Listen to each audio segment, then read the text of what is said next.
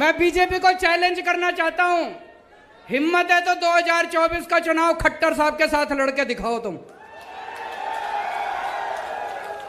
नमस्कार, मैं हूं संजीव त्रिवेदी और आप देख रहे हैं नमो रागा।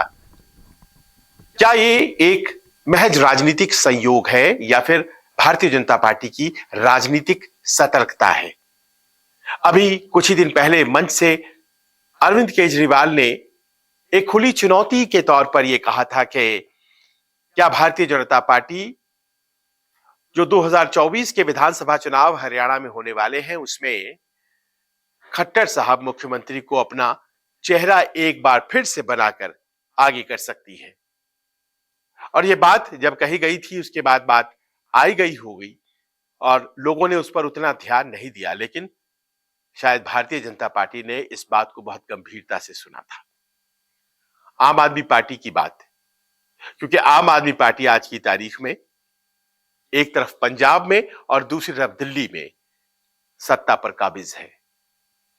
और यह बात जो कही गई थी उसका असर था क्या आज जो हमें दिखा 12 मार्च 2024 को, मंगलवार का दिन, और कहीं भी सुगबुगाहट नहीं थी, कोई जानकारी नहीं थी।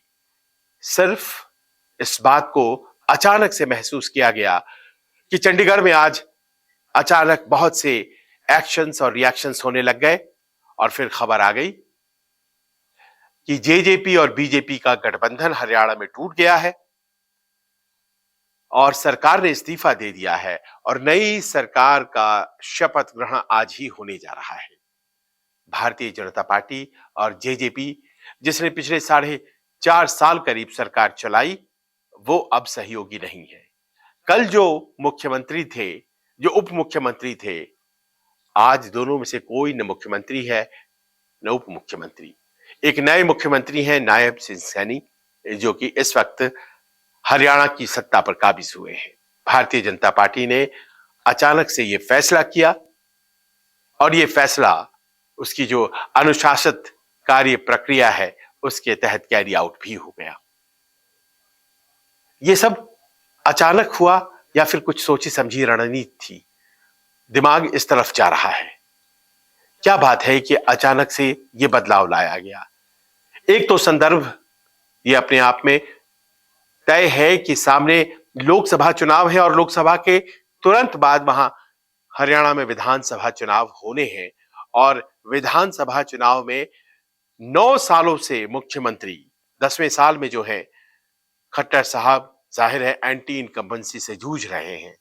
तो फिर ऐसे में उन्हें बदला जाना है और उसी नब्ज पे केजरीवाल ने ध्यान दिया था, उसी नब्ज को पकड़ लिया था। उनकी कोशिश थी कि कोई एक ऐसा फैसला आए और फिर बाद में जाकर वो कह सके लोगों के बीच कि देखिए साहब, हमने ये बात कही थी और वो हो गया। और उन्हें कहने की आज एक जगह तो मिल ही गई, लेकिन बात उससे कहीं ज्यादा है। खट्टर साहब को हटाया जाना था। चलिए, उन्हें 9 साल के बाद हटाया जा सकता है क्योंकि 5 साल बाद ही उनकी सत्ता में वो दम नहीं रहा। ये बात तो सामने आ ही गई थी जब एक बहुमत की सरकार देखते देखते 5 साल बाद बहुमत मिस कर गई थी।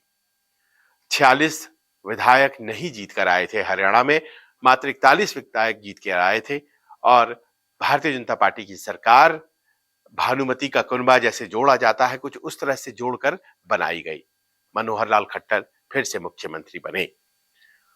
6 इंडिपेंडेंट और उसके अलावा जननायक जनता पार्टी, जो कि इंडियन नेशनल लोकदल का जो राजनीतिक परिवार है, चौटाला परिवार, उससे निकले हुए दुष्यंत चौटाला की पार्टी, और 2014 में वो सांसद बने थे हिसार से। 2019 में चुनाव हार गए थे।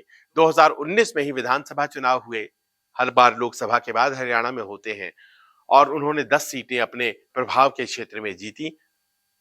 और भले ही चुनाव के दौरान जननायक जनता पार्टी ये कहती रहती थी कि अब की बार भारतीय जनता पार्टी यमुना पार, लेकिन उन्हीं भारतीय जनता पार्टी के साथ जननायक जनता पार्टी ने सरकार बनाई और वो सरकार कुछ ऐसी बनी कि जिसमें मुख्यमंत्री मनोहर लाल खट्टर तो उप मुख्यमंत्री दुष्यंत चौटाला बने और वो सरकार अब तक चल रही थी। लेकिन कुछ तो वो जो तरीके होते हैं भारतीय जनता पार्टी और सहयोगियों के बीच, अगर उनका अनुशासन नहीं चलता है तो तनाव होता है।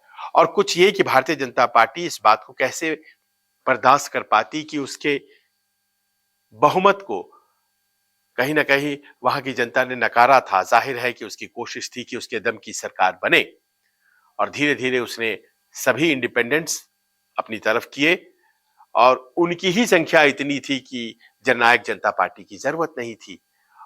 7 इंडिपेंडेंट और 41 में 7 जोड़िए तो 48 का आंकड़ा आता है, 46 में मैजिक फिगर है। तो बड़े आसानी से ये जो आंकड़ा है बहुमत का वो प्राप्त हो गया।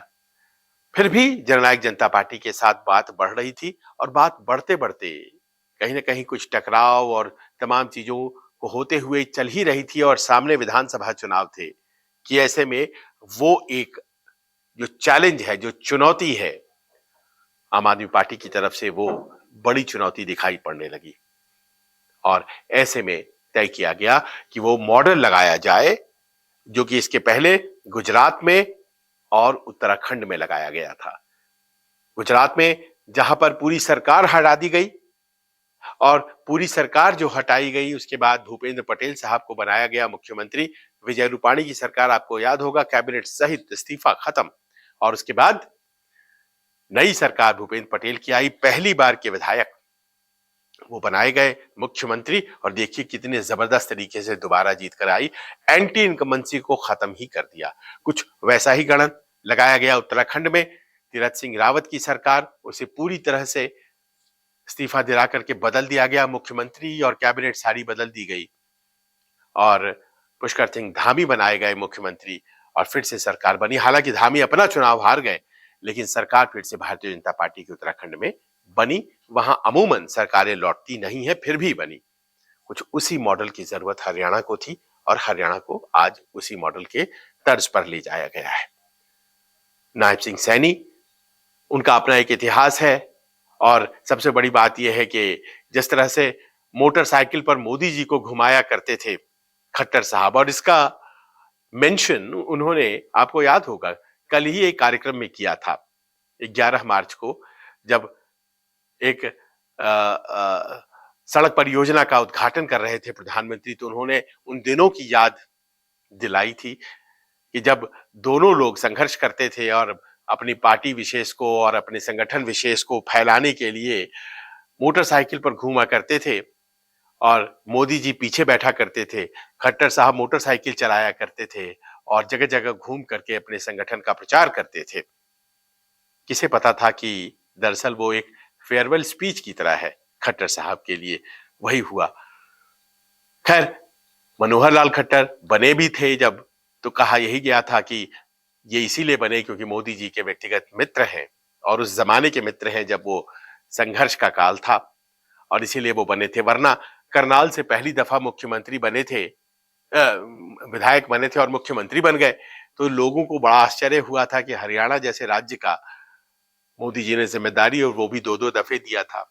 कुछ उसी प्रकार खट्टर साहब की मोटरसाइकिल चलाते थे और खट्टर साहब को लेकर कहीं कहीं जाया करते थे नायब सिंह सैनी, और आज उन्हें मौका मिला है। 2014 में पहली बार एमएलए हुए थे और देखिए कि क्या राइज है, किस तरह से बढ़े हैं आगे। 2019 में पहली दफा सांसद और उसके बाद प्रदेश अध्यक्ष और अब देखिए कि हरियाणा के मुख्यमंत्री बन गए। कुरुक्षेत्र की सीट खाली है। करनाल या कुरुक्षेत्र से कहा जा रहा है खट्टर साहब चुनाव लड़ेंगे। लेकिन एक और बात है जो खास है और वो यहां पर बिना बताए बात पूरी नहीं होगी, और वो ये है कि नायब सिंह सैनी की कहानी हमने आपको बताई, पर उनका चयन क्यों हुआ, ये अपने आप में बहुत महत्वपूर्ण हो जाता है। आज की तारीख में जिस तरह की हवा बह रही है उसमें लोग ये कहते हैं कि दरअसल ये राम मंदिर के आसपास होने वाले चुनाव हैं। जी नहीं, भारतीय जनता पार्टी सतर्क है। राम मंदिर का मुद्दा 22 जनवरी को आया था। 28 जनवरी को नीतीश कुमार एनडीए के सदस्य बन गए थे। राम मंदिर अगर वो काफी होता तो फिर जाहिर है कि नीतीश कुमार को लाने की जरूरत नहीं पड़ती। उसी प्रकार जिस प्रकार ओबीसी की पॉलिटिक्स को लगातार अखिलेश यादव पीडीए के जरिए और तेजस्वी यादव माई बाप के जरिए और अब राहुल गांधी कास्ट सेंसस की लगातार मांग करते हुए उठा रहे हैं, उसको काउंटर करने के लिए जिस तरह से भारतीय जनता पार्टी प्रयास कर रही है वो भी अपने आप में गौरतलब है। नायब सिंह सैनी ओबीसी समुदाय से आते हैं। ओबीसी समुदाय जो कि 42% के आसपास हरियाणा में बताई जाती है और कहा यही जाता है कि इससे दूर तक संदेश देने की कोशिश भारतीय जनता पार्टी ने की है। ये बताने की कोशिश की है कि दरअसल वो जातीय गुणागणित में ओबीसी समुदाय को आगे लाकर उन्हें प्रतिनिधित्व देने की कोशिश में है और उसे गैर ओबीसी वोटों वाली पार्टी नहीं कहा जा सकता है। और ये प्रयोग जो कि मध्य प्रदेश में भी किया गया, जब वहां पर मोहन यादव को मुख्यमंत्री बनाया गया और कोशिश ये की गई कि उनकी जो पहचान है उसका इस्तेमाल बिहार और उत्तर प्रदेश में भी किया जाए, कुछ उसी प्रकार नायब सिंह सैनी आज की राजनीति में ज्यादा फिट बैठते थे। और ये जो ओबीसी और जातीय गुणागणित है 2024 के चुनाव में भी बहुत महत्वपूर्ण है। लिहाजा ये तय किया गया कि नायब सिंह सैनी ही मुख्यमंत्री होंगे। अपने शपथ ग्रहण के बाद वो बहुमत साबित करेंगे और जाहिर है कि 2024 का जो लोकसभा चुनाव है उसमें दावेदारी ओबीसी वोटों पर हमारी है भारतीय जनता पार्टी, उसके बाद ये कहती नजर आएगी। लोकसभा के बाद विधानसभा चुनाव हरियाणा में होंगे और ऐसे में जबकि जाट बहुल हरियाणा में गैर जाट मतों को गोलबंद कर एक नई वैकल्पिक सियासत की शुरुआत कर दी गई है और मनोहर लाल खट्टर उसी के एक उदाहरण के तौर पर थे। ये देखना दिलचस्प होगा कि नायब सिंह सैनी उस जातीय गुणागणित में कितना फिट बैठते हैं। ये देखना भी बहुत ही अहम होगा कि केजरीवाल जिनकी पहचान दिल्ली है लेकिन जिनका घर हरियाणा में है, वो अगर हरियाणा की राजनीति को समझने लगे हैं तो वो आने वाले दिनों में क्या करते हैं, क्या किसी ऐसे गणित को वो सामने लेकर आते हैं जो कि भारतीय जनता पार्टी के गुणागणित को घेर ले। और सबसे बड़ी बात ये कि कांग्रेस जो कि कुछ राज्यों में अगर मजबूत है तो हरियाणा में मजबूत है। भूपेंद्र सिंह हुड्डा उनके लिए जो कि जाट पॉलिटिक्स में कहा यह जाता है कि उनका सबसे बड़ा नाम है, उनके लिए विकल्प कहां रह जाते हैं। जाट 20 से 25% की आबादी कही जाती है हरियाणा में, लेकिन ऐसे में जबकि गैर जाट मतों को गोलबंद कर दिया गया है तो कितना विकल्प रह जाता है। कैसा लगा आपको ये वीडियो? हमें कमेंट्स कर जरूर बताइए। नमस्कार।